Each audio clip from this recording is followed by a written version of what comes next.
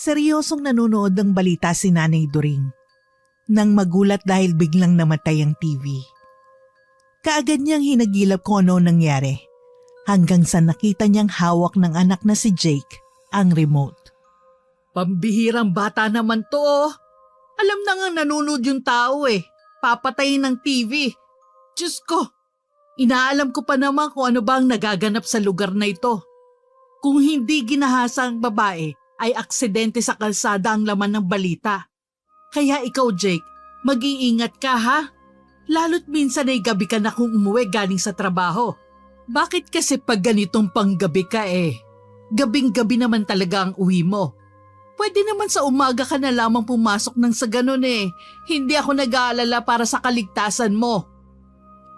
Sus, sinanay talaga oh.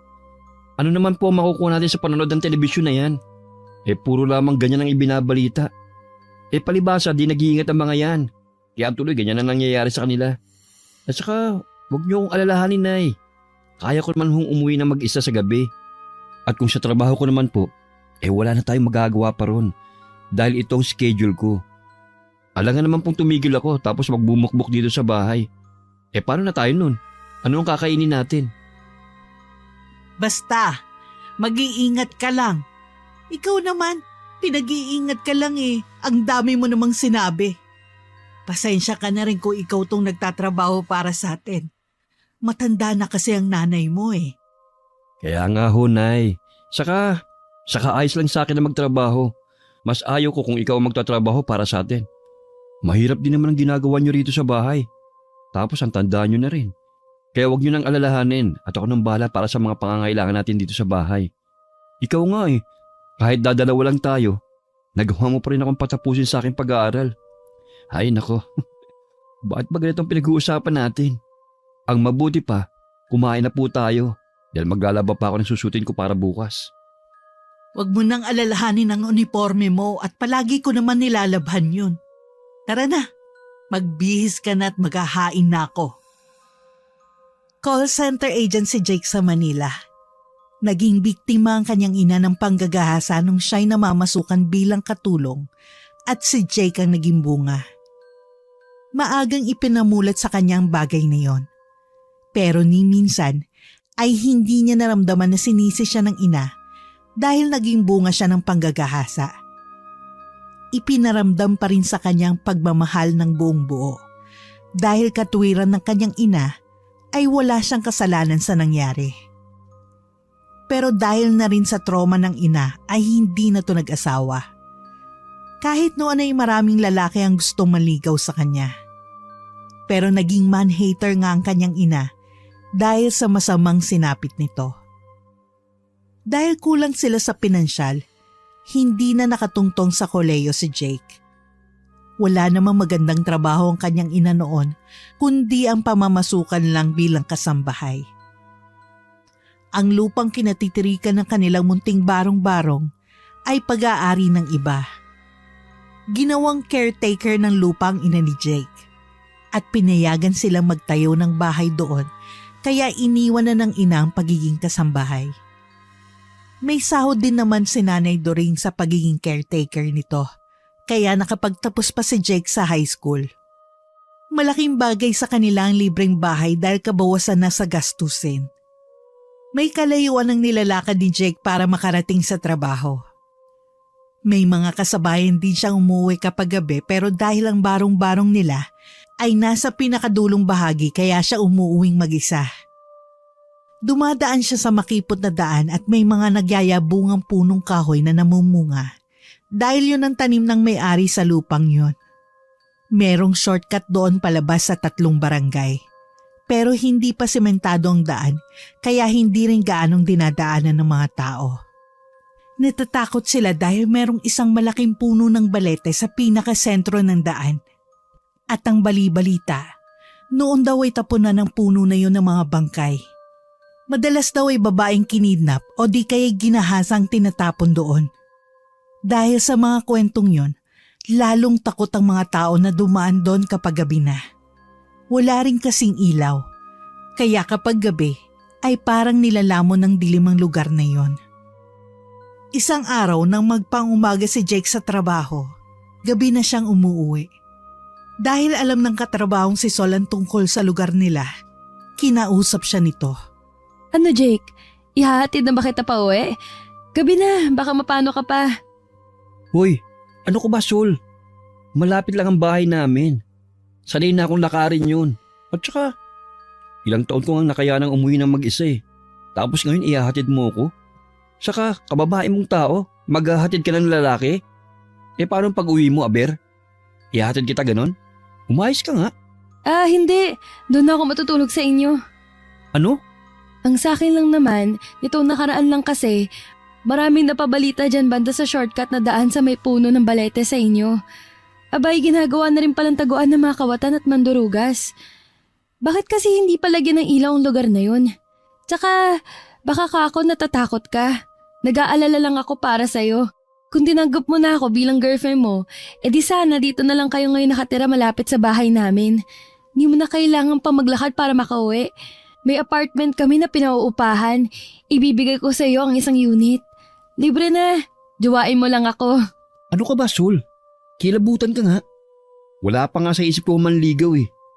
Pero ikaw naman tong parang naniligaw sa akin. Hindi na uso ang ligaw-ligaw ngayon, Jake. Ngayon, kapag nagkasundo ang dalawa, okay na. Sila na agad. Ang KJ mo lang kasi.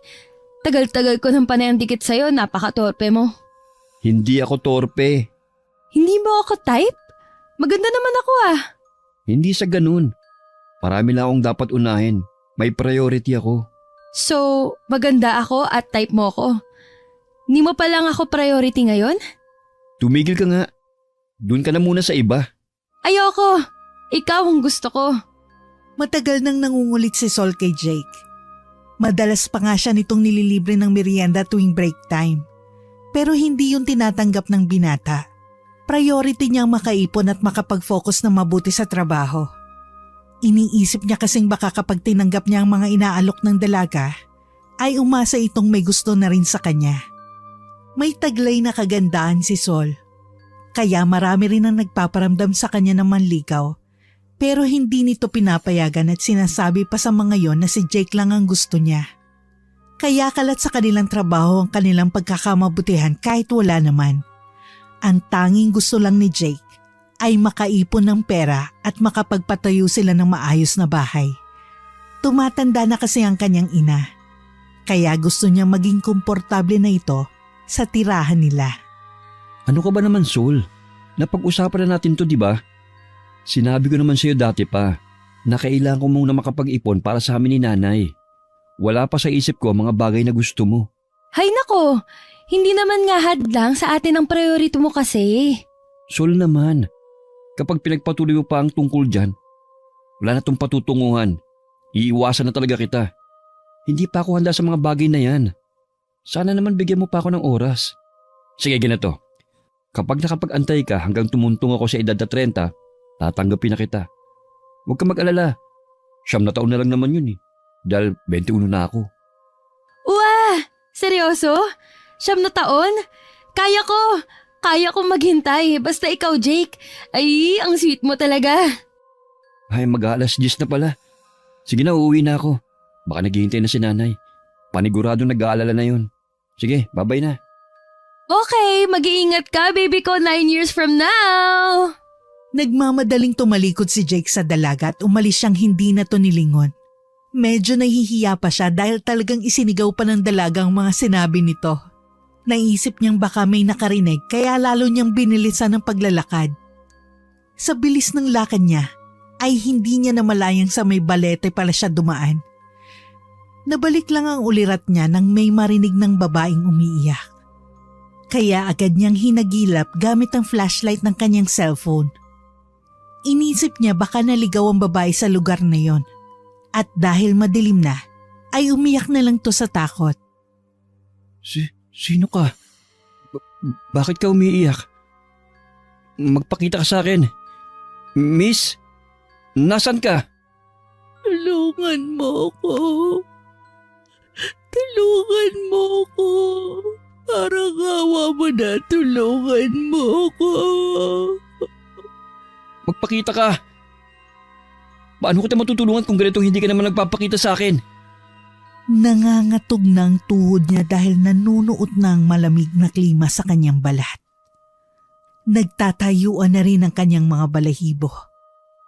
Pero pilit niyang pinakakalma ang sarili.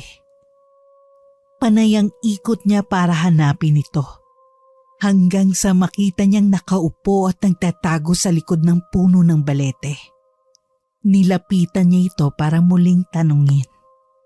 Miss, ayos ka lang? Naligaw ka ba rito? Tumayo ka na dyan at ihahatid kita palabas. Halika na. Dahan-dahang inangat ng babae ang mukha. Pagkatapos ay tumayo na ito. Tumambad sa paningin ni Jake ang babaeng nakakatakot ang mukha dahil sa sobrang putla. Itim ang palibot ng mga mata nito. May dugo sa pisngi na halatang hiniwa ito ng matalim na bagay. Ang bibig nito ay may dugo pang nangingitim na. Gulo-gulo rin ang buhok nito. At idagdag pa ang puting bestida nito na puno ng tilamsik ng dugo na nangingitim na rin. Nang tignan niya ang paa nito ay doon niya nalaman na nakaangat sa lupa ang babae. Lalong nangatog ang tuhod niya. Halos hindi na niya mabuhat ang sarili dahil sa takot. Pero pilit niyang nilabanan ng karuwagan. Nagkandara pa siyang tumakbo pa uwi sa kanila. Tulungan mo ko! Tulungan mo ko! White lady? Nay, tulong po! Nanay ko po! Pagkarating niya sa bakuran ng kanilang bahay, ay nakita ang ina na nakadungaw sa pintuan. Nakita pa niya ang pagkagulat sa mukha ng kanyang ina nung nagmamadali siyang pumasok pagkatapos ay sinara ang pinto. Napasandal pa siya at humihingal. Diyos ko, ano nangyari sa'yo, Jake? Bakit ka nanginginig? May nangyari ba sa'yo? Sabihin mo at bakit ka nagsisisigaw? Sandali, kukuha kita ng tubig, sus kung bata ka. Nay, multo po! White lady! Nakakatakot po siya, Nay! Ano ka mo? Pinagpakitaan ka ng isang white lady. Diyos ko, ito na nga bang sinasabi ko eh. Napakadelikado kapag gabi ka na talaga naglalakad. Teka, saan banda mo ba nakita yon? Diyan po sa puno ng balete. Nay, nakakatakot po siya. Umiiyak siya at humihingi ng tulong. Ang mabuti pa, halika dito sa papag. Maupo ka muna at huminga ng malalim. Tapos ikwento mo sa akin para mawala ang takot mo. Wala naman po akong ibang naranasan eh. Nagpakita lang po siya. Alam mo ba anak, hindi lang ikaw ang nakaranas ng ganyan. Pinagpakitaan din ako ng white lady dati. Hindi naman sila nananakit anak. Sila yung mga ligaw na kaluluwa na naghahanap ng hustisya sa kanilang pagkamatay. Nais lamang nila matulungan silang mabigyan ng katarungan ng pagkamatay nila. Yun nga lang, matatakot ka nga talaga dahil sa kanilang itsura. Lalo't kadalasan naman, panakot ito sa atin ng iba. Pero kung tatatagan mo lang ang loob mo at huwag kang magpapakita ng takot kapag kaharap mo sila, magbibigay sila ng pangitain para matukoy kung sino ang salarin ng pagkasawi nila. Kaya anak, huwag kang panghinaan ng loob ha. Sa totoo lang meron na rin akong natulungan dati pa. Saka ko na lamang ito'y kukwento sa'yo at hindi pa ako handang pag-usapan natin yun. O sige na, kumain ka na dun sa kusina pagkatapos mong maglinis ng katawan. Tapos matulog ka maaga at alam kong pagod ka sa trabaho. Huwag mo rin kalimutang magdasal bago ka matulog. Sige ho, Nay. Salamat po. Akala ko nga hindi ako matatakot pag multong pinag-uusapan. Pero iba pa rin pala pag mismo nakaharap mo na. Kumain ho ba kayo? Abay, oo naman. Anong oras na kaya? Buti naman po. Sige po, magpahinga na kayo, Nay. Ako nang bahala rito. Mukhang nakarecover na ako sa takot ko. Mabuti naman. Sige. At ako'y antok na nga. Matapos ang pag-uusap nilang yon, ay lumuwag na ang pakiramdam ni Jake dahil nawala ng panginginig ng katawan. Pagkatapos maglinis ng katawan, ay kumain na siya. Nagligpit muna sa kusina, saka nahiga na sa kama para matulog.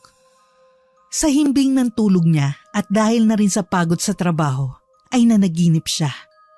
Sa kanyang panaginip ay naroon siya sa kanilang pinagtatrabahuhan. Nakita niya ang isang lalaki at isang babae na masayang nag-uusap.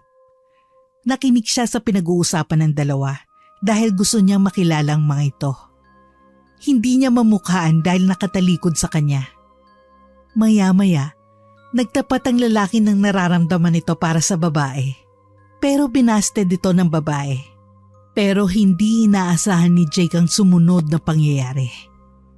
Paalis ng babae nang biglang habulin ng lalaki at marahas na pinaghahalikan sa lieg. Nagpupumiglas at nagsisigaw ang babae. Pero inis na inis ang lalaki. Napaka-arte mo naman kasi. Ikaw na nga ang nililigaw na ayaw mo pa. Ang gusto mo pa yata daanin ka sa santong paspasan para makuha ka eh. Pwes, ibibigay ko sa'yo. Halika rito. Ipapatikim ko sa'yo ang tinatanggihan mo. Nabigla si Jake nang banggitin ng babae ang pangalan ng lalaking yon. Kapangalan niya ito. Huwag ka na kasing pakipot pa. Kung hindi mo man ako kayang mahalin, sana naman, kahit sa ganito ng pagbigyan mo na ako, pagod na ako magpanggap at magbait-baitan. Swerte mo na nga eh, dahil inuubos ko ang atensyon ko sa'yo. Kahit marami namang babae dyan na mismo sila ang nagpapakita ng motibo sa akin, mas pinili kita, Ira. Galit na itinulak ng babaeng lalaking yon. Pinagsasampal niya ito habang umiiyak. Alam mo ikaw, ang drama mo eh, no? Pakipot ka pa. Bakit? Ano bang gusto mo? Pera ba? Bibigyan kita. Bagong cellphone? Sabihin mo lang. Alam ko naman na yun ang gusto mo eh. Kaya ka nagpapakipot. Isang malutong na sampal muli ang pinadapo ni Ira sa pisngi ng lalaki. Umiiyak ito habang pinagmumura ang lalaking yon. Maya-maya ay tumakbo na si Ira palayo habang humihingi ng tulong. Hinahabol naman siya ng lalaki para pigilan sa pag-ieskandalo nito. Inuha na ni Jake ang pagkakataong yun para harangan ng lalaki. Balak niya itong saktan para tigilan si Ira na habulin. Pero nagulat siya dahil lumagpas lang ang lalaki sa kanya. Hindi niya ako nakikita. Shit, nasan ba ako? Saka, bakit blurred ang mga mukha nila? Nakakadalawang sampal ka na sa akin, babae ka ha? Tapos ka na ba? Ikaw pala nakasampal sa akin eh. Kaya pagbabayaran mo to ng mahal. Hindi ka rito. Kapalit ang sampal mong yon ay magiging akin ka. Sa ayaw at sa gusto mo ay aangkinin kita. Nandyan na ako, Ira. Nakikita ni Jake ang panlulumo ng babae habang tumatakbo ito at naghahanap ng makakatulong sa kanya. Pero kahit isa sa mga taong nilalapitan nito ay parang mga bulag at bingi. Parang hindi nila nakikitang may nangyayaring habulan at nanganganib ang buhay ng babae. Ano ba to? Bakit hindi niyo sila pinapansin? Tulungan niyo sila. Tulungan niyo yung babae. Baka patayin siya ng lalaking yun. Tulungan niyo siya. Teka, bakit pati ako ay hindi nila nakikita? Hindi rin nila ako pinapansin. Ano ba nangyayari? Nasaan ba ako? Sa trabaho ko ang lugar na to. Pero wala ni isa sa kanilang nakikilala ko. Nasaan ba ako? Napalingon si Jake nang maabutan ng lalaki ang babae. Kaagad itong hinawakan sa buhok at hinigit. Wala ka ng takas ngayon, Ira. Pinapagod mo lang ang sarili mo eh. Gusto mo pala makipaglaro muna bago masarapan ha? Hindi mo naman sinabi. Sige, makikipaglaro ako sa'yo. Magbibilang ako ng 10 segundo pagkatapos ay tumakbo ka na hanggang gusto mo. Siguraduhin mo lang na makapagtatago ka na mabuti. Dahil kapag nahuli kita, akin ka! Napayukom ng kamao si Jake sa narinig. Nagpuyo siya sa galit. Walang hiya ka! Ako ang harapin mo! Siraulo ka! Bakit po ginaganyan ng babae, ha? Tayong dalawa maglaban ngayon! Panay ang sugod ni Jake sa lalaki. Nakailang suntok ang kanyang pinakawalan pero hindi yun tumama. Lumalagpas lang sa lalaki ang mga atake niya. Bakit? Ano ba nangyayari? Nasaan ba ako? Binabangungot ba ako? Napatingin siya sa paligid para kilatisin kung tama pa bang lugar na kinaroroonan niya. Nakita niya ang babaeng si Ira na tumatakbo palabas habang humahagulgol sa takot. Dinig na dinig din niya ang malakas na boses ng lalaki na umaalingaw-ngaw sa buong lugar habang nagbibilang ng mabagal. Ira! Yuhu! Nasaan ka na? Nakapagtago ka na bang maigi, ha? Andyan na ako. Nasaan ka banda, Ira? Hindi bale. Kahit saan ka magpunta, mahanap din kita. Hindi ka naman makakalayo ha? Ready ka na ba? Tapos na ako magbilang. Wala na akong magagawa sa lalaking baliw na ito. Susundan ko na lang yung babae. Baka makita niya ako at matulungan ko siya. Dali-daling tumakbo si Jake para habulin ng babae. Nakita niya itong tinatahak ang daan papunta sa puno ng balete. Ira! Ira, hintayin mo ako! Delikado sa lugar na yan. Huwag ka dyan pumunta. Pero may daan din dyan. Papunta sa amin. Dumiretso ka ron. Magtago ka sa bahay namin. Hindi ka niya masusundan. Pero hintayin mo muna ako. Hindi mo naman alam ang bahay namin eh. Ira! Ira!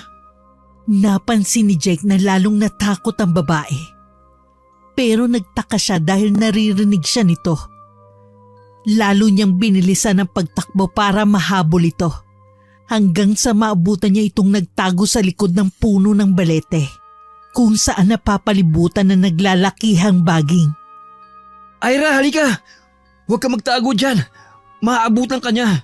Doon ka sa bahay. Tara, bilis! Pinuntahan niya ang babae sa pinagtataguan nito. Nang makita niya itong nakaupo at umiiyak, bumalik sa isipan niya na nangyari ng sitwasyong yun. Napaatras siya nang mag-angat ng mukha ang babae. Nakilala niya ito. Multo? Multo! Ikaw na naman? Wah! Multo! Tulong! Tulong! May multo! Nay! Nanay ko po! Bumalikwas ng bangon si Jake nang makaramdam ng malakas na sampal na dumapo sa kanyang pisngi. Nay? Jake, anak, ano ba nangyayari sa'yo? Binabangungot ka ba? Nay! Ano ba nangyayari? Ano bang panaginip yun? Yung white lady po sa balete. Sinasabi ko na nga ba dahil nagpakita siya sa'yo, hindi ka niya tatantanan. Nagdasal ka ba bago matulog? Hindi po. Nakalimutan ko po kasi. Ay halika, magdasal tayo. Halika, sabayan mo ko. Kapag hindi ka nagdasal, magpapakita pa rin sa'yo yon. Tumabi siya sa ina, taimtim siyang nakinig habang nagdadasal ito. Pero hindi siya makapag-concentrate dahil nararamdaman niyang paglamig ng klima. Natural lang na malamig sa kanilang lugar dahil maraming punong nakapalibot sa kanila. Pero kakaiba ang lamig na yon. Nanunuot sa kanyang balat at nananayo na ang kanyang mga balahibo. Maya-maya ay may naramdaman siyang may tao sa kanyang likuran. Dahan-dahan niya itong nilingon at nakita niya ang pares ng paa. Puro sugat ito. Maputla ang kulay ng balat nito. Dahan-dahan siyang tumingala para tignan kung sinong may-ari ng paang yon. Nanlaki ang mga mata niya at nanginginig ang kanyang mga labi nang makilala ito. Nay, yung white lady, nandito po sa likod ko. Tumahimik ka, Jake. Pumikit ka't magdasal. Sabayan mo ko.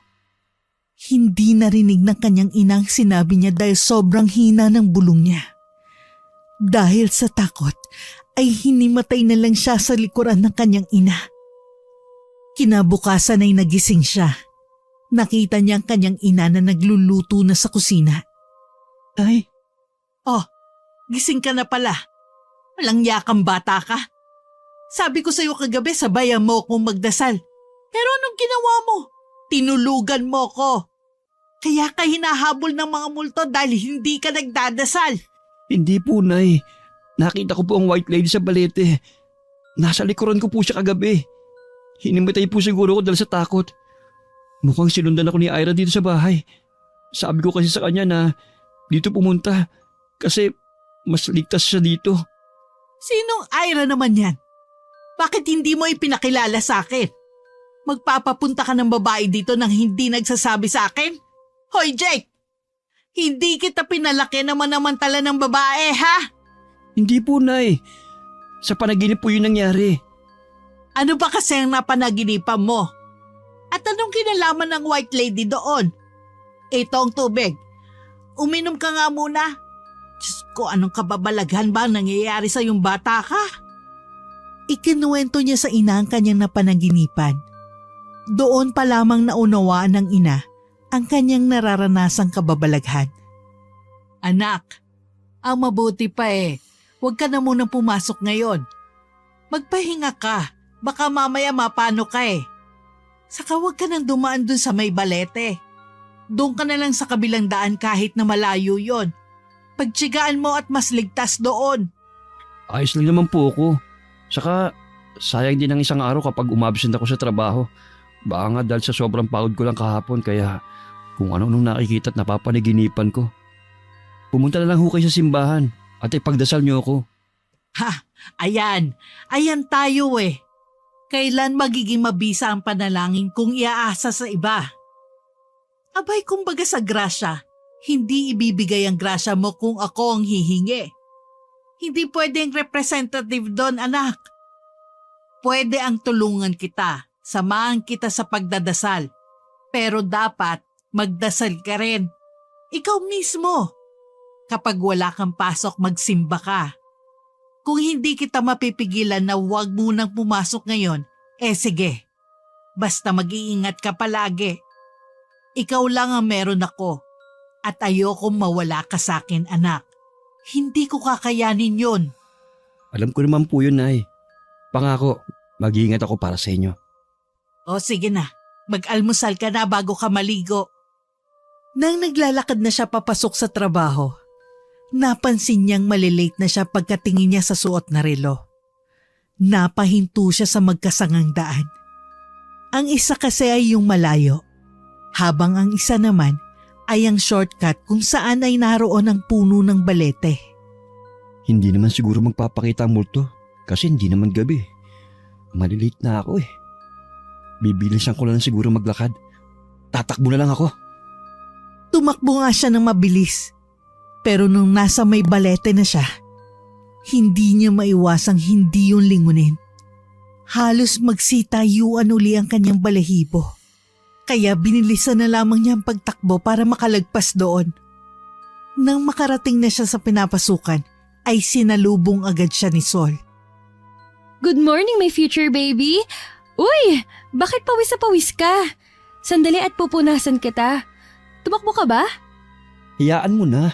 Ako nang gagawa. May panyo naman akong dala Sige na. Doon ka na sa pwesto mo. Baka mamaya mapagalitan pa tayo ni TL. At tambay ka pa. Ay, nakakakilig naman. Concern ka na sa akin. Sige, doon na ako sa pwesto ko. Kita tayo mamaya sa kantina. Hindi na niya sinagot ang babae. Tumalikod na siya para pumunta sa kanyang pwesto. Maya-maya pa ay bigla siyang nakaramdam ng malamig na hangin na halos dumampi sa kanyang batok at balikat. Halos napapitlag siya at napatingin sa mga katrabaho. Nakita niyang nakafocus ang mga ito sa pagtatrabaho. Dahil kahilera lang din niya ng pwesto si Sol. Nagtama ang kanilang paningin dahil tinignan din siya nito. Ngumiti pa at kumindat sa kanyang babae. dahilan para mapayuko siya. Bumalik na siya sa pagtatrabaho. Saka naman siya nakarinig ng pagbulong sa kanyang tenga.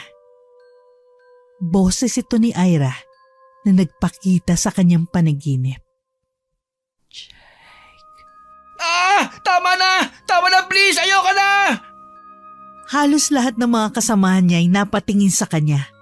At maya-maya ay lumapit sa kanya ang kanilang leader at tinanong kung anong nangyayari. Napayuko na lang siya at nahiya sa kanyang ginawa. Halos hindi na nakapag-concentrate si Jake sa kanyang trabaho. Lunch break na at nasa kantin sila ni Sol. Anong nangyari sa'yo kanina? Wala. Pagod? Mag-leave tayo? Tapos gala? Hindi. Gusto ko lang manahimik, please. Okay, quiet na ako. Naging malikot na ang kanyang mga mata dahil pakiramdam niya ay nasa paligid lang ang multong si Ira.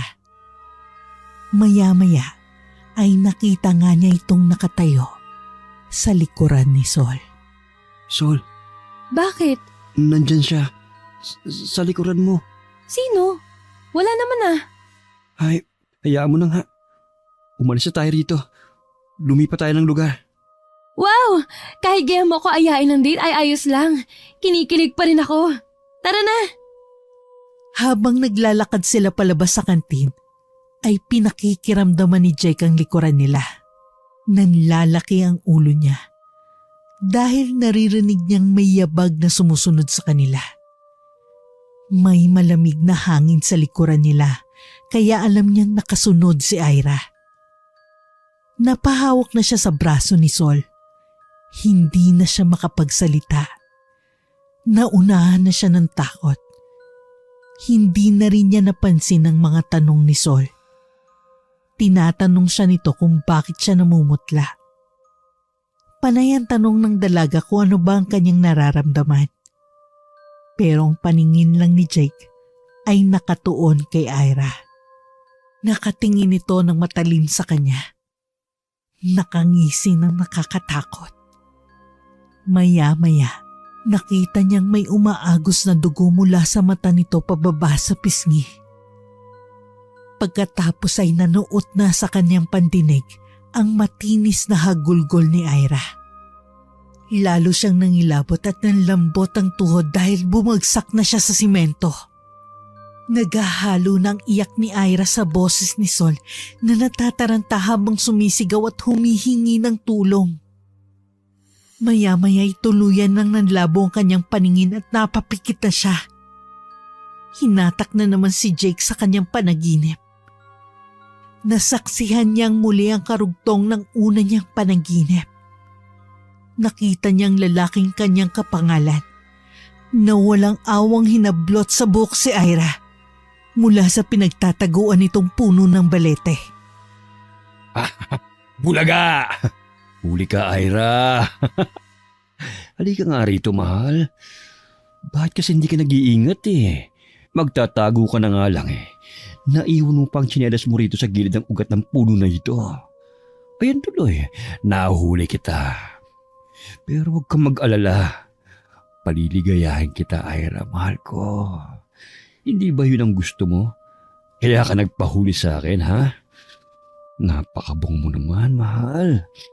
Hindi na ako makapag-antay na angkinin ka. Panay ang pagmamakaawa ng babae sa lalaking yun pero tila bingi na ito. Umiiyak na sa takot at humihingi ng saklolong babae pero wala namang makatulong sa kanya. Piliting mang magpumiglas ni Ira ay wala siyang nagawa dahil malakas sa kanya si Jake. Lalo't parang baliw ito na inaamoy pa ang kanyang katawan. Pabago-bago rin ang ekspresyon ng mukha nito. Minsan ay nalulungkot at minsan na may humahalakak na parang baliw. Huwag ka namang umiyak, mahal. Hanggang dito ba naman ay pakipot ka pa rin? At saka anong pakakawalan, ha? Ayaw mo ba ng ginagawa ko sa'yo? Sumagot ka! Ayaw mo ba? Tanging iyak at pagmamakaawa lang ang sinasagot ni Ira. Hindi naman mapakali si Jake sa kanyang nakikita. Alam niyang nasa loob siya ng kanyang panaginip pero hindi niya alam kung paano siya lalabas. Gustuhin man niya na tulungan si Ira sa ginagawa ng lalaking pangahalay nito, ay alam niyang hindi siya makagalaw. Hindi niya mapigilan ng lalaki sa ginagawa nito. Ang masaklap pa, habang hinahalay ng lalaking yun si Ira, nakatingin ang babae sa kanya. Punong-puno ng pagmamakaawa ang mata nito. Kahit basang-basa ng luha, lalo siyang binalot ng magkahalong awa at kilabot. Ano bang gagawin ko? Bakit ba ako nandito? Gisingin niyo ako. Parang awa niyo na. Sino nandyan? Binabangungot ako. Tulungan niyo ako magising. Alisin niyo ako rito. Parang awa niyo na. Tumakbo ng tumakbo si Jake para makaalis sa lugar na yon. Pero kapag nakakalayo na siya, ay doon pa rin siya humihinto sa may puno ng balete. Nakikita pa rin niyang panghahalay na ginagawa ng lalaki kay Ira. At wala siyang magawa. Makailang beses na inangkin ng lalaking katawan ng dalaga hanggang sa huminto na ito. Wala nang kagalaw-galaw si Ira dahil sa panlalambot. Maya-maya'y narinig ni Jake ang malakas na sigaw ng babae.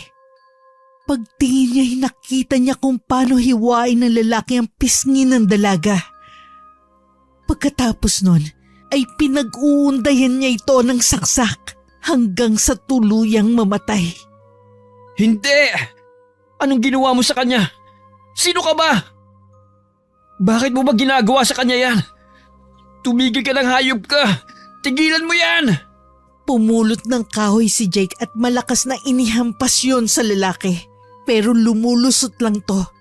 Nakita niya lang na nagkapira-piraso ang kahoy na yun. Dahil nabasag ng tumama sa katawan ng balete.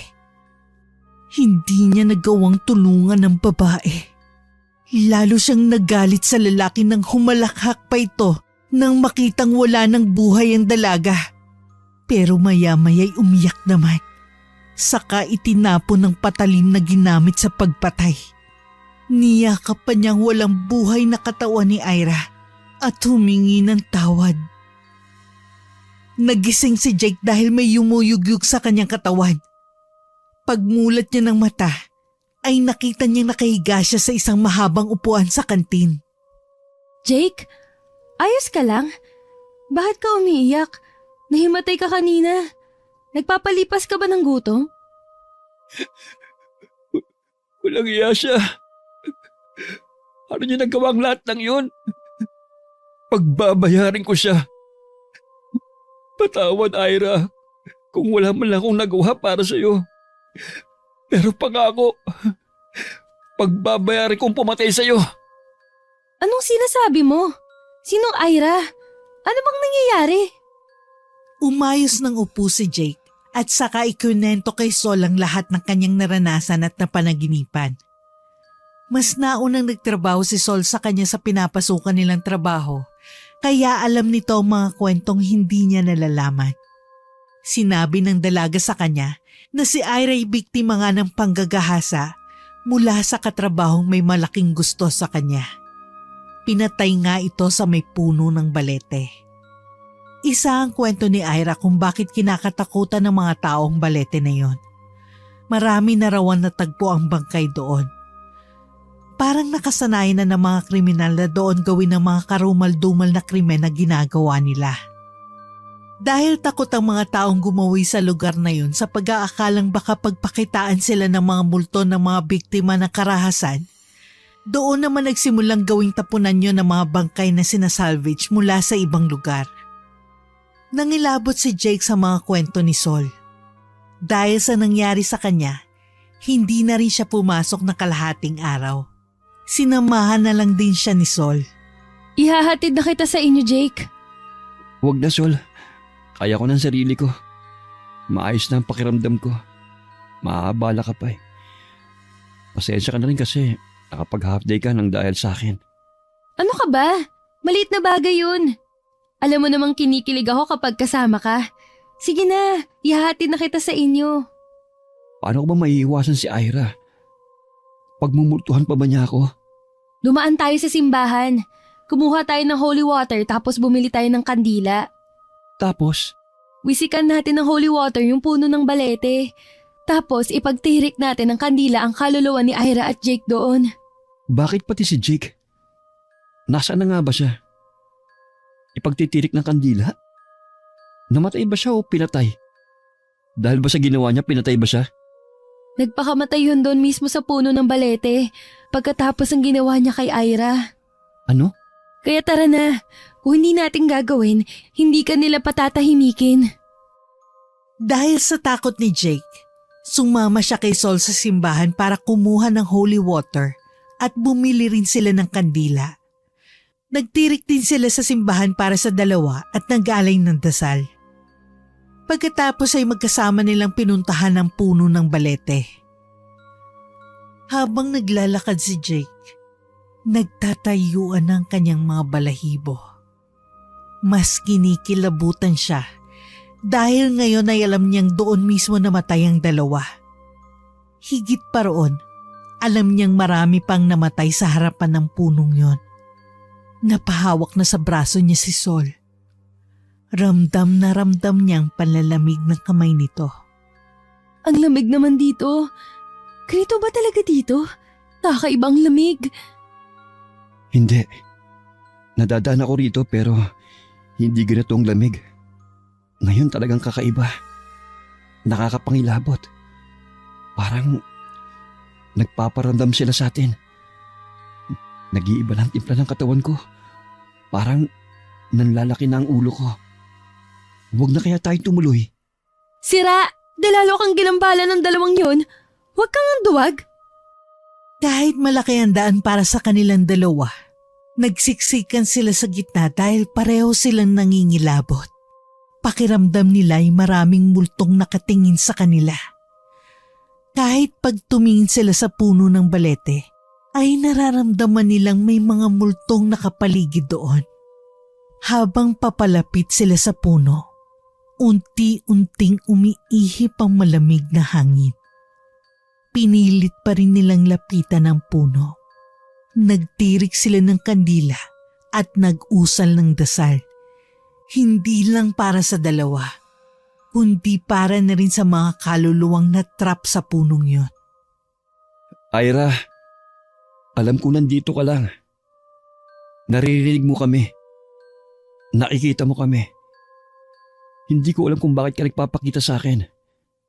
Kahit sa panaginip ko, ay nagpapakita ka. Marahil dahil sa kapangalan ko gumawa ng masama sa'yo. Pero, hindi ako yun. Hindi lahat ng Jake ay siya ang taong gumahasa at pumatay sa'yo. Alam kong hindi ka pa rin matatahimik. Baka iniisip mo na malaya ang taong gumawa sa'yo nito. Pero mali ka.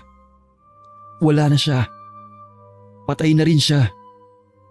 Nagpakamatay siya matapos kanyang patayin. Wala naman akong magagawang tulong sa iyo kundi ang manalangin para makita mo ang daan papunta sa dapat mong patunguhan. Sana maging okay ka na. Sana huwag ka na mangambala pa ng iba. Pakiusap. Ipapanalangin kita. Saka pati na rin ang mga natrap na kaluluwa rito para makalaya na kayo. Sige ha. Sana maging okay na kayong lahat. Aalis na kami.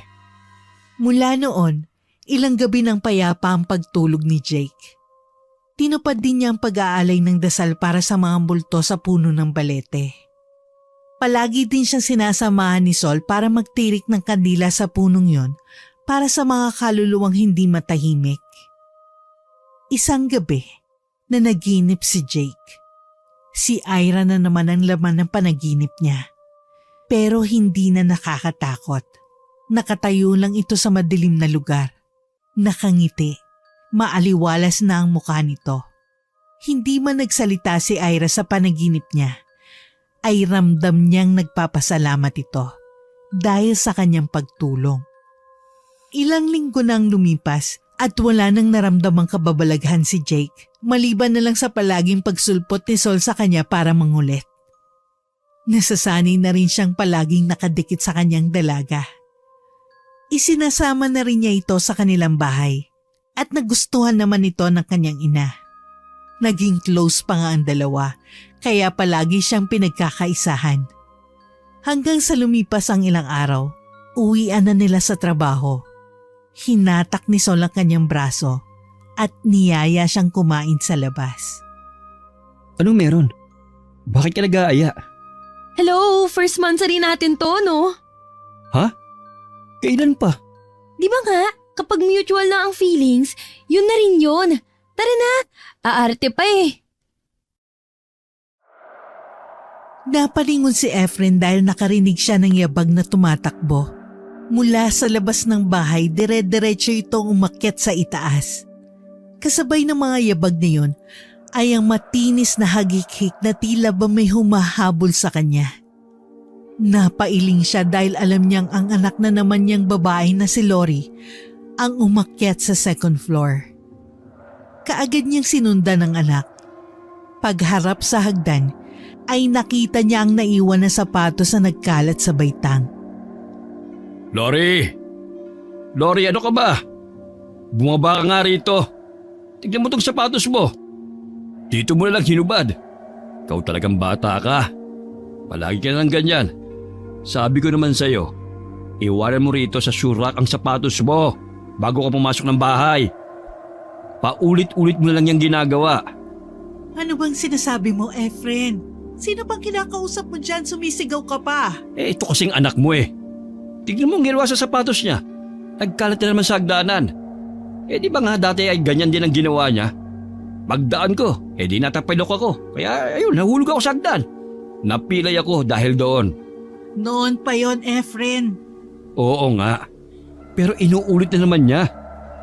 Efren, matagal nang patay ang anak nating si Lori. Ilang beses ko na sinabi sa'yo yun, di ba? Pero, nandito nga siya. Tignan mo, ang sapatos niya, dito sa hagdan oh. Nandyan oh. Nasaan? Wala, di ba? Kasi wala na siya. Tanggapin na natin ang katotohanan yun. Nakita ko lang ang sapatos niya rito. Bakit wala na? Saka, dinig ko siya kanina na tumatakbo, tumatawa pa. Wala na nga pala ang anak ko. Ang anak ko, wala na nga pala siya. Lori, anak ko, bakit kasi ang aga mong iniwan kami ng mama mo, anak? Tama na yan. Hindi mo na naman siguro ininom ang gamot na binigay ng doktor, ano? Kaya hayan. Nagsisimula na naman ang hallucinations mo. Hindi ako nag-hallucinate, Jessa. Alam kong nandito pang anak natin. Nandito lang siya sa bahay, kasama natin. Natatandaan mo ba? Sabi ko sa'yo, kinakausap niya ako. Sabi niya, babalik siya sa atin. Hintayin lang natin siya. Babalik si Lori. Naniniwala ako sa anak ko na babalik siya. Efren, wala nang patay na bumabalik. 3 taon nang patay ang anak natin. Dahil sa pagkalunod sa ilog. Tanggapin mo na. Mag-move on ka na. Pinahihirapan mo lang ang sarili mo sa kasasabi na nakikita mo at nakakausap mo ang anak natin. Dahil nga yun ang totoo, Jessa. Kung ayaw mong maniwala, di huwag. Basta ako. Hihintayin ko ang anak ko. Babalik siya. Pagkasabi nun ay padabog na umalis si Efren. Lumabas siya ng bahay at pumunta sa ilog kung saan natagpuan ang anak niyang wala ng buhay. Naupo siya sa gilid at saka doon ibinuhos ang pag-iyak. Lori, anak. Hindi ba totoo naman? Sabi mo babalik ka. Naniniwala pa rin ako doon. Si mama mo, ayaw niyang maniwala. Pero ako, hindi kita susukuan, anak. Alam kong babalik ka. Kaya maghihintay ako. Habang kinakausap niya ang anak sa tabi ng ilog, nakaramdam siya ng banayad na pag-ihip ng hangin. Malamig ang simoy na yon. Kaya alam niyang nasa tabi niya ang kanyang anak.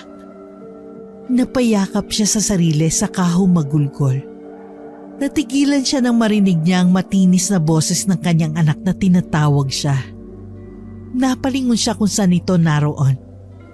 Nakita niya ang 18 taong gulang na si Lorraine na nasa taas ng bahay. Nasa kwarto niya ito, nakadungaw sa bintana at kumakaway sa kanya. Lori, anak. Sabi ko na't nandiyan ka lang sa bahay. Ang mama mo kasi ayaw niyang maniwala sa akin. Sandali at pupuntahan kita dyan. Hintay mo ko ha. Sandali lang anak ko. Dali-daling umuwi si Efren para puntahan ang anak. Marahan siya pumasok sa kanilang bahay para hindi siya marinig ng asawa dahil alam niya magagalit na naman ito. Malapad ang ngiti niya habang umaakyat sa hagdan. Nakatingin lang siya sa itaas habang papunta sa silid ng anak. Pagkalapit niya sa pinto ng silid ay nakarinig siya ng makukulit na yabag sa loob ng silid. Lalo siyang napangiti dahil alam niyang si Lori yun. Ganun siya kaligalig na bata. Napakasigla at hindi talaga mapirme. Nag-iisang anak lang nila si Lori, pero kahit ganun ay katumbas naman yun ng 5 anak dahil sa kakulitan. Pagkabukas niya ng pinto ay hinagilap niya ang anak sa loob ng kwarto. Unang tumambad sa kanya ang nagkalat na pares ng sapatos. Ito ang paboritong sapatos ng kanyang anak. Palagi niya itong sinusuot kapag nagpupunta sa plaza. Kinuha niya ang sapatos na yun at nagtaka siya dahil basang-basa ito. Anak, nasan ka? Nasan ka na? Papa! Lori, anak ko, nandito ka. Papa! Alam ko na po kung paano ako makakabalik. Galing po ako dun sa mundo nila. Sabi nila, makakabalik na raw po ako. Mundo nila? Sinong sila, anak? Yung pong kumuha sa akin. Yung nagalit po sa akin dun sa ilog. Kasi di ba po, kasalanan ko kung bakit ako nawala sa inyo. Kahit binawalan niyo akong maligo sa ilog, ginawa ko pa rin kahit maggagabi na. Sa kalikutan ko doon natapakan ko ang alaga ng isang maligno. Namatay yun dahil sa akin. Kaya kinuha niya ako para maging kapalit ng alaga niya. Sandali lang ako nawala kasi sabi niya, dadalhin niya lang ako sa kanila para ihuli ko siya ng palaka na kagaya ng alaga niyang napatay ko. Pero pagbalik ko, nakaburol na ako. Matagal ka kasing nawala, anak. Nalunod ka. Anong gagawin ko? Sa mata ng ibang tao, patay ka na. At ang pagpapakita mo sa akin, iniisip ng mama mo na nababaliw na ako. Dinala pa niya ako sa mental para patingin sa doktor. Pinainom nila ako ng gamot dahil malala na raw ang aking hallucinations. Wala na akong kakampi rito, anak. Pero ngayon, nandito ka na ulit. Masaya na ako. Pero may paraan na po para makabalik ako. Ano? Sabihin mo, anak. Gagawin ko ang lahat para makabalik ka sa amin. Bago pa masabi ng kanyang anak ang paraan ay bigla naman nagbukas ang pinto ng silid at pumasok ang asawa ni Efren. Galit ito dahil sa mukhang seryoso at matalim na tingin.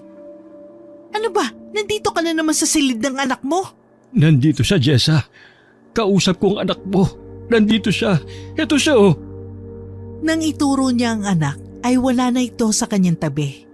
Iginala pa niyang paningin sa buong silid at hindi na nga niya nakita ang anak. Nandito lang siya kanina eh. Baka umalis na. Paano siyang nandito, Efren? Matagal na siyang patay. Hindi siya patay. Kung hindi, sino ang pinalibing natin? Katawan lang niya yon. Pero ang espiritu ng anak ko ay nandito pa. Nagpupumilit siyang bumalik sa atin. Hindi mo lang siya nakikita kasi hindi ka naniniwala. Paano ko maniniwala kung wala naman ako nakikita?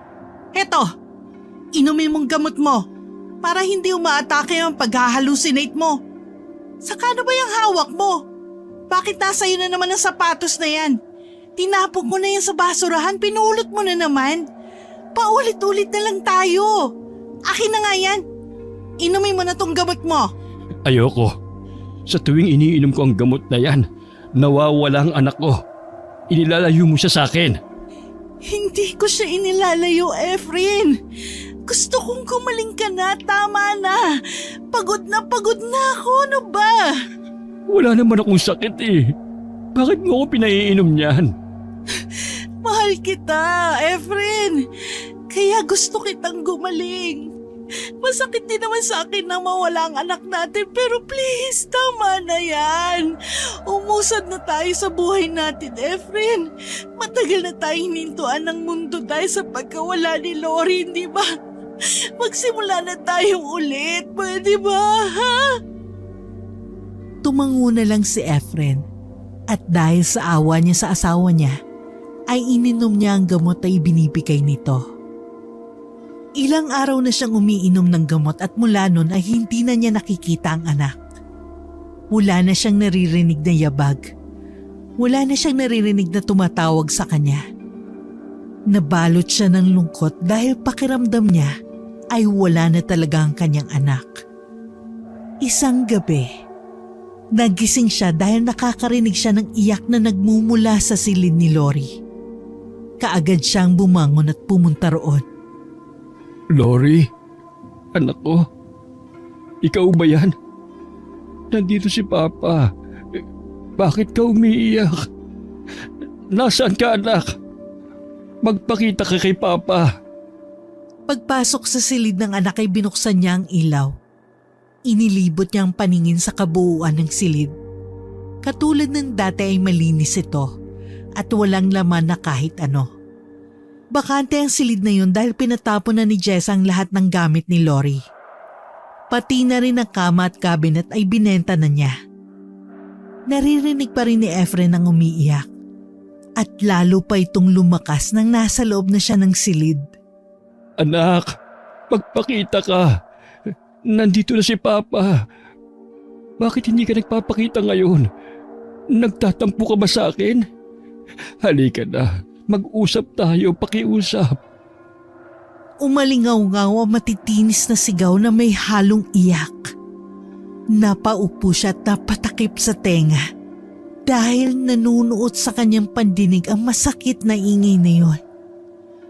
Maya-maya'y hinanap niya uli ng tingin kung nasan ang anak. Isang aninong kanyang nakita. Nasa isang sulok ito. Nakaupo at nakayukyok ang ulo sa mga tuhod. Gusto ko nang bumalik. Gusto ko nang umuwi. Ayoko na dito. Papa, gusto ko na pong bumalik sa inyo. Anak, paano ba kita matutulungan? Sabihin mo sa akin pakiusap. Gusto na rin kitang makasama. Bago pa marinig ni Efren ang sagot ng anak, ay nakita niyang tumayo ang anino.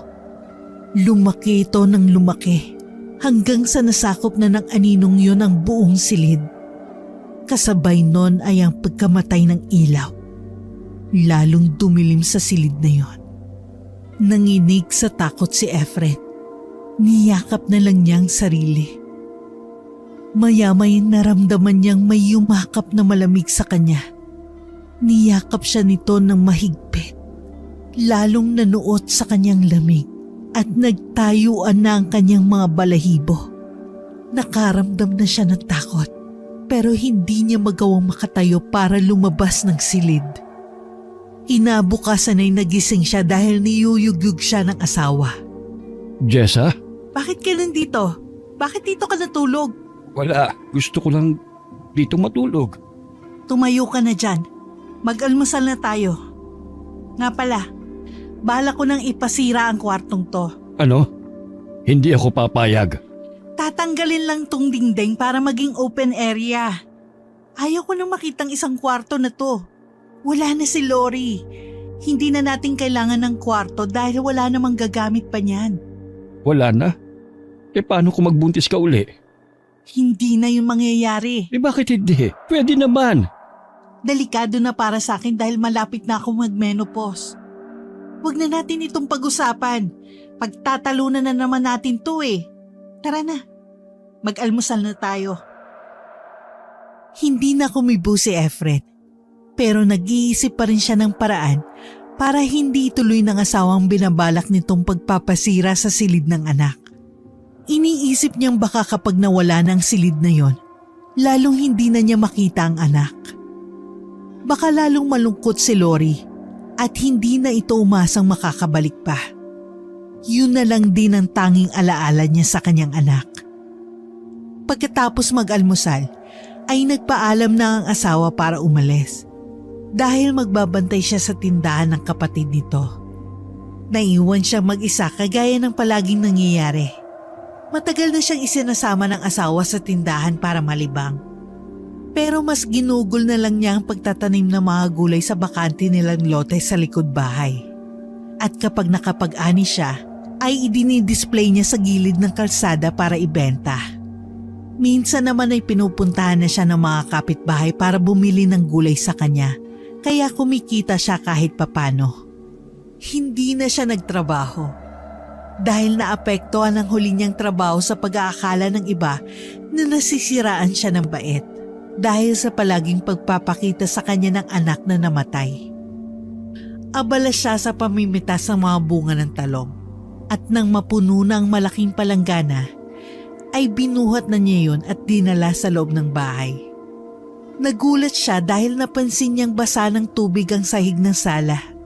Inilapag niya ang dalang palanggana at kumuha ng mop. Tinuyo niya ang tubig, pero nagtaka siya dahil hindi lang doon nagkalat ang tubig. Basa rin ang hagdan mula sa ibaba hanggang sa itaas na baitang. Ano to?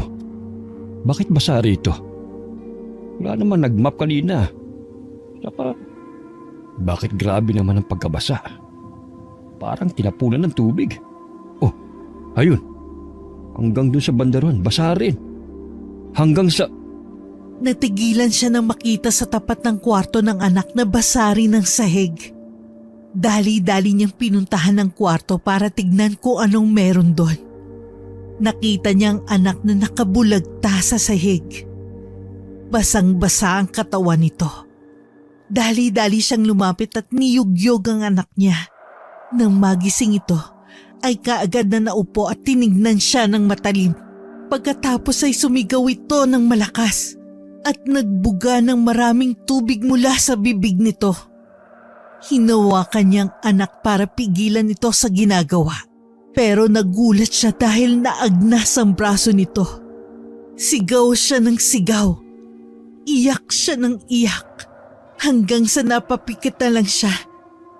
Pagdilat niya, wala ang anak niya ron. Tuyo na rin ang sahig. Parang walang nangyari. Lori, anak. Ano bang gagawin ko? Paano ba kita matutulungan? Sabihin mo, anak. Hindi ko na alam ang gagawin ko. Lumabas na lang siya ng bahay para ibenta ang mga gulay sa tapat. Habang nagbabantay ng gulay si Efren sa labas ng kanilang bahay, panay ang isip niya kung paano makakausap ng maayos ang anak niya. Sumasakit na ang kanyang ulo sa kakaisip. Kakainis. Nagsimula lang ang lahat ng ito nang ininom ko na naman ang gamot ay binibigay sa akin ni Jessa. Nung hininto ko yon, nakikita at nakakausap ko ang aking anak. Dapat hindi ko na ulit inumin yun para makausap ko na uli siya at masabi niya sa akin kung paano ko siya matutulungan para makabalik niya siya sa amin. Tama. Ano bang gagawin ko? Magagalit si Jessa kapag hindi ko ininom ang gamot na yun. Dahil sa kakaisip ng solusyon, naisip niyang palitan ng asukal ang laman ng mga kapsulang pinaiinom sa kanya ng asawa. Dahil doon, kampante niyang iniinom ang gamot. Hindi na magagalit ang asawa niya at makakausap na uli niya si Lori. Lumipas ang ilang araw, narinig na uli niya ang yabag sa silid ng anak. Malalim na ang gabi. Mahimbing nang natutulog si Jessa. Dahan-dahan siyang lumabas ng silid at pinuntahan ang kwarto ng anak. Lori, anak? Nandito ka na ba? Nandito na ako. Magpakita ka na sa akin, anak ko. Gumawa na ng paraan si Papa para magkita tayo ulit. Hindi ba may sasabihin ka sa akin? Sabihin mo na ngayon. Magpakita ka na sa akin, anak ko. Apa, Oh, anak ko. Bakit ka nalulungkot? si Mama ba ayaw na niyong magkaanak uli? Bakit mo naman nasabihan? Paano na ako babalik kung ayaw niyong magkaanak uli? Ayaw niya na ba sa akin? Galit ba siya kasi naligo ko sa ilog at nalunod? Hindi siya galit, anak. Alam kong miss na miss ka na rin niya. Ipinapakita lang ng mama mo na matatag siya. Kasi kailangan niyang gawin yun. Akala kasi niya ay nasisiraan ako ng bait. Hindi siya naniniwala na kakausap tayong dalawa. Sabihin mo na sa akin kung paano ang gagawin natin para makabalik ka. Kapag po nagbuntis ulit si Mama, makakabalik na po ako. Magiging anak niyo na po ako ulit. Pero nalulungkot ako kasi mukhang ayaw na ni Mama. Paano na po ako? Mananatili na lang ako dito? Ayoko po sa mundo nila. Malungkot doon. Kasi wala po kayo. Saka, hindi naman ako kagaya nila. Kaya hindi ako nababagay doon. Gusto ko na pong umuwi. Gusto ko na pong bumalik. Gagawa ng paraan ng papa. Huwag ka na malungkot, anak. Gagawa ko ng paraan, anak. Anak, sandali. Huwag mo akong iwan. Mag-usap pa tayong dalawa. Sandali lang. Lori, anak ko! Nanlumo si Efren dahil hindi na siya pinansin ng anak. Naglaho na ito ng tuluyan. Lalong na-depress si Efren dahil sa sinabi ng kanyang anak. Mas madalas na siyang nakatulala at nakatitig sa kawalan. Mula rin sa huling pagpapakita ng anak niya ay hindi na ulito nagpakita pa. Kahit pumunta siya sa silid nito at magsumamo na magpakita uli ay hindi na ito nangyari. Hanggang isang gabi, nagising siya dahil sumisigaw si Jessa. Napabalikwas siya ng bangon at nakita ang asawang nananaginip. Sumisigaw pa ito at parang takot na takot. Jessa! Jessa! Gumising ka! Gising! Binabangungot ka! Ano? Masama ang panaginip ko. Anong napanaginipan mo? Si Lori. Ang anak natin? Nagpakita sa panaginip mo? Desperado na talaga siya. Sandali lang ha. Ikukuha kita ng tubig. Pagkatapos ay ikuwento mo sa akin ang napanaginipan mo. Pagkakuha niya ng tubig kaagad niyang pinainom ang asawa. Pagkatapos sa kanya ito tinanong kung anong napanaginipan. Wala naman yun. Normal lang siguro ang panaginip na yun. Paano magiging normal? Sabihin mo na. Baka may gusto siyang sabihin sa atin. Normal lang. Nakita ko lang siya. Nasa madilim kaming lugar. Tinatawag niya ako. Pero palayo siya ng palayo. Umiiyak siya. Hinahabol ko siya pero hindi ko siya naaabutan. Nilamon siya ng dilim. Dahil kasi sa'yo to eh. Bakit sa akin? Nai-stress ako sa'yo. Kung ano-anong ginagawa mong nagpapasakit ng ulo ko. Nahahawa na ako sa mga nangyayari sa'yo. Nakakainis ka. Matulog na nga tayo uli. Jessa, Ano ba? ayaw mo na ba talagang magkaanak tayo uli? Kapag ba nagkaanak tayo, paano natin bubuhayin? Magtatrabaho ka na ba uli? Magaling ka na ba? Wala naman akong sakit eh. Natural. Hindi mo naman inaamin na may sakit ka. Itulog mo na nga lang yan. Gusto ko magkaanak tayo uli. Baka bumalik ang sigla ng buhay natin. Subukan natin. Sige, kapag hindi ka na umiinom ng gamot. Ano ka ba? Kailan ba mauubos ang gamot na yun? Lalaklakin ko na lang lahat para matapos na. Sabi ko, kapag hindi ka na umiinom ng gamot, hindi yung uubusin mo ang laman ng bote. Sige. Magtitino na ako. Sa wakas narinig ko rin yon. Sige na, matulog ka na. Naging masigla si Efren. Ibinalik niya ang dating pagsuyo sa asawa. Ginagawa niyang lahat ng yun para magkaanak sila. Kagaya ng sinabi sa kanya ni Lori, makakabalik lang siya kapag nagkaanak uli sila ni Jessa. Mula noon, Na-focus na ang atensyon niya sa asawa. Bahagyang nakalimutan niya si Lori. Dahil doon, napapadalas naman ang pananaginip ng kanyang asawa. Palaging nagpapakita sa kanyang namatay nilang anak. Dahil sa takot ni Jessa, tuluyan niyang ipinasira ang dingding ng kwarto ni Lori. Walang nagawa si Efren kundi ang hayaan na lang ang asawa sa ginagawa nito. Kung kapalit naman ito ay ang pagbubuntis niya at ang pagbabalik sa kanila ni Lori.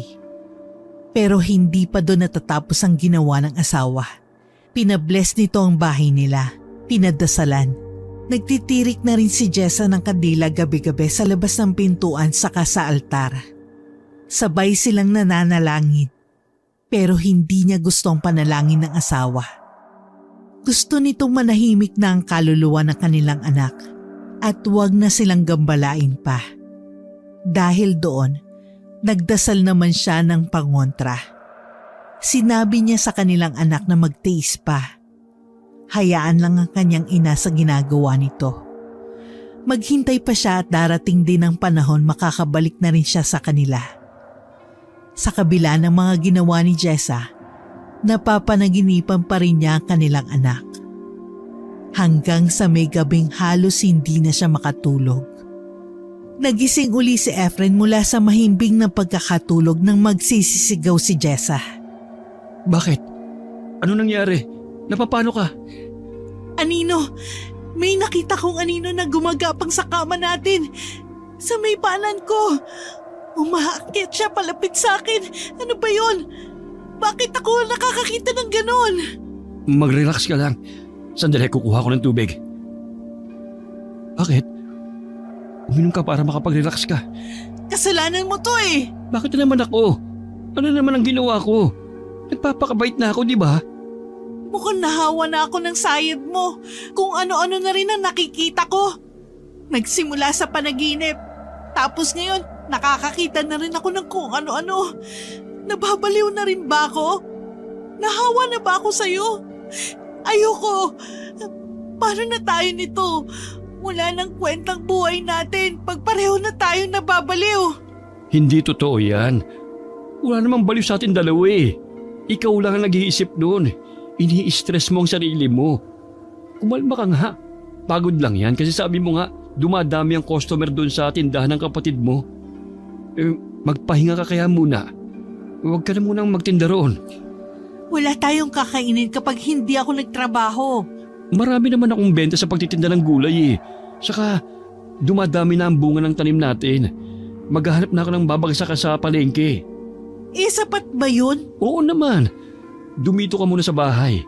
Magpahinga ka muna. Magpaalam ka sa kapatid mo, ha? O sige. Baka nga pagod lang to. Lumipas ang ilang araw, naging maayos na si Jessa. Dahil magkatuwang na silang nag-aasikaso sa mga gulay, hindi na sila gaanong pagod. Ilang linggong lumipas. Habang namimitas sila ng gulay, bigla na lang hinimatay si Jessa. Dali-dali niya itong binuhat at sinakay sa tricycle. Saka dinala sa ospital. Matapos na matingnan si Jessa ng doktor, kinausap naman ito si Efren. Halos mawindang si Efren sa pagkagulat nang ibinalita ng doktor na nagdadalang tao si Jessa. Ibiniling pa ng doktor na kailangan bantayan at alagaan siyang mabuti dahil menopause baby nang dinadala nito. Kailangan ng doble ingat at pag-aalaga. Pinayuhan din siya na dapat ay regular ang pagpapacheck up ni Jessa sa doktor.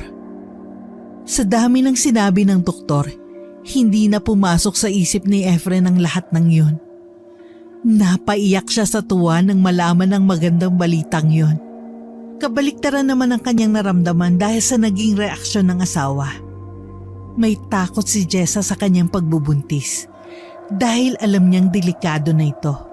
Pero masaya pa rin naman ito dahil sa wakas ay magkakaroon na uli sila ng anak. Nakuha mo na ang gusto mo. Magkakaanak ka na uli. Kaya dapat... Magsusumikap ako. Napakasaya ko. Napakasaya ko, mahal ko. Magkakaanak na tayo. May tatakbo-takbo na uli sa bahay. May mangungulit na uli sa atin. may tatawag na ulit sa akin na Papa at sa'yo naman ni Mama. Salamat, mahal ko. Pinagbigyan mo ko rito. Maraming salamat po, Diyos ko. Ha? Hindi ko nga alam na mabubuntis pa ako. Akala ko nga hindi na mangyayari dahil irregular ang menstruation ko. Akalain mo yun? Nakahabol pa. Umuwi na tayo. Oo, umuwi na tayo. Sa bahay na tayo mag-celebrate. Mula noon ay naging masaya na uli ang mag-asawa. Nagkaroon ng bagong buhay ang bahay. Bumalik uli ang sigla kagaya nung pinagbubuntis ni Jessa si Lori. Sobrang pag-iingat at pag-aalaga niya sa asawa na halos ayaw na niya itong pakilusin sa bahay. Pero nagagalit naman si Jessa. Isang gabi, mahimbing nang natutulog si Jessa. Gising pa si Efren at pinagmamasdan niya ang asawa. Maya-maya'y may nakita siyang unti-unting lumilitaw sa dingding. Isa itong anino. Nagmula sa ilalim ng kanilang kama at unti-unting umaahon. Hanggang sa ang aninong yon ay gumagapang na sa kanilang higaan. Napaupo siya habang nanlalaki ang matang nakatingin sa aninong yon. Hindi niya malaman ang gagawin. Binalot na siya ng kilabot at napatulala na lang. Gusto niyang itaboy ang aninong yun pero naunahan siya ng takot. Nakita niya ang anino sa loob ng kumot. Narinig pa niya ang pag-ingit ng kanyang asawa. Maya-maya'y umuungol na si Jessa na para bang binabangungot ito. Dali-dali niya itong ginising. Mahal, gumising ka. Mahal, binabangungot ka. Gising, Jessa. Ay, ikuha mo nga ako ng tubig. Oo, sandali lang. Eto, uminom ka. Ano bang napanaginipan mo? Si Lori. Si Lori? Anong sinabi niya? Wala. Nakangiti lang siya sa akin. Tapos kumakaway. Sabi niya lang, "See you soon, Mama." Hindi ko naman maintindihan. Baka nagpaalam na siya sa akin. Baka natanggap na niya ang kalagayan niya. Baka matatahimik na siya, Efren. Baka nga hindi siya matahimik kasi nakikita niya tayong hindi okay. Kaya ngayong nakita niyang masaya na tayo at magkakaroon na siya ng kapatid, napanatag na siya. Baka talagang hindi lang siya natahimik dahil nagulo ang pamilya natin sa pagkawala niya. Pero sa panaginip ko, okay na siya. Ang ganda ng ngiti niya, Efren. Mabuti naman kung ganon. Baka nga tama ka. Ang akala ko masamang panaginip na naman ang nangyari. Ang pangit kasi ng ungol mo eh. Anong sabi mo? Joke lang. Sabi ko, matulog na tayo. Ito naman nagagalit ka agad. Tara na, matulog na tayo. Sige ka, kapag inaway mo ko, magagalit si Lori. Hindi na naman yung matatahimik. Babalikan ka nun. Ewan ko sa'yo. Takutin mong lelang mo. Nang malaman ng kanilang kapatid na nagbuntis na uli si Jessa, isa-isang dumalaw ang mga ito sa kanila. Tuwang-tuwa ang kanilang mga kapatid dahil sa haba ng panahon ay mabibiyayaan uli sila ng anak. Lumipas ang mga buwan at dumating na ang araw ng kapanganakan ni Jessa. Balisa at kinakabahan si Efren. Naglalakad siyang pabalik-balik dahil sa nerbiyos. Panay na rin ang saway sa kanya ng nakababatang kapatid dahil sa ginagawa niya. Kuya, huminto ka na nga. Nahihilo na ako sa ginagawa mo eh. Halos mapudpud na ang tsinelas mo sa kakalakad. Sino ba namang hindi ninervyos no? Nanganganak ang asawa ko dun sa loob. Ayos lang si Ate Jessa. Kayang-kaya niya yan. Siya pa ba? Relax ka lang, kuya. Matapos ang ilang oras, ay binalita na sa kanila na nailabas ng ligtas at maayos ang malusog na anak ni na Jessa at Efren. Halos tumalon naman sa tuwa si Efren nang marinig yon. Naghintay pa sila ng ilang oras bago makita ang sanggol. Nang makita na ni Efren, tuwang-tuwa siya.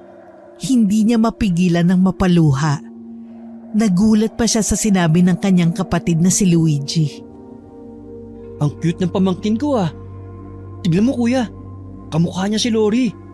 Hindi ba ganyan si Lori nung kapapanganak pa lang? Sinita din yun at may dimple. Parang pinagbiyak na bunga. Parang ibinalik lang sa inyo ang anak nyo ah.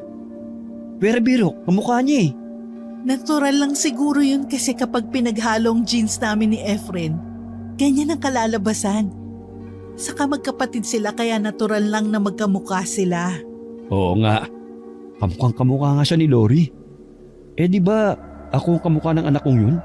Ibig sabihin, sa akin din nagmanang anak kong to. Kamukha mo lang pero hindi lahat ay minana sa'yo. Naku, sinolo mo na naman lahat. Nagtawanan lang sila dahil sa sinabing yun ni Jessa. Malakas talagang paniniwala ni Efren na bumalik talaga si Lori sa kanila. Alam niyang si Lori ang pinanganak ng kanyang asawa.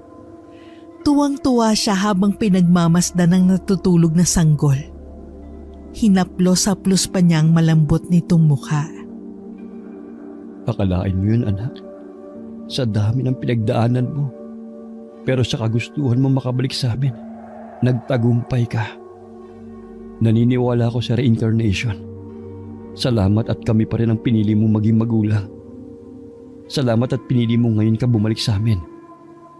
Alam na alam mong kailangan ka namin sa buhay namin ngayon. Sobra akong nagpapasalamat at hindi mo ito sinukuhan. Magsisikap ako at babantayan kita ng husto para hindi ka na muling mawala sa amin. Kung alam mo lang kung gaano ako kasaya. Bumalik sa akin ang sandali nung una kang ipanganak ng mama mo. Ganito rin yun. Mahal na mahal ka ni Papa.